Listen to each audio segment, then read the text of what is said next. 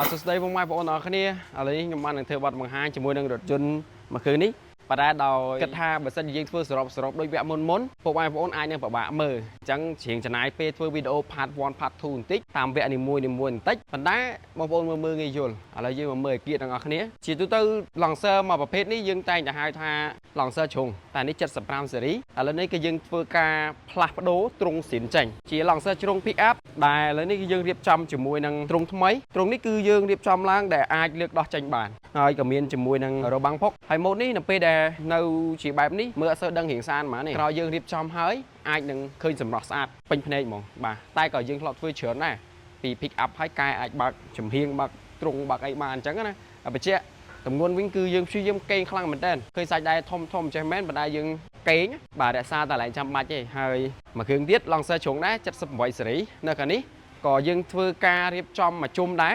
តែវគ្គនេះគឺធ្វើសម្រាប់ពុកម៉ែបងប្អូនទស្សនាមួយคลิปសិនដើម្បីឲ្យបងប្អូនមើលងាយយល់កាងដៃក្រោយមុខនេះអែឈ្នន់ចំហៀងគឺក៏យើងរៀបចំធ្វើ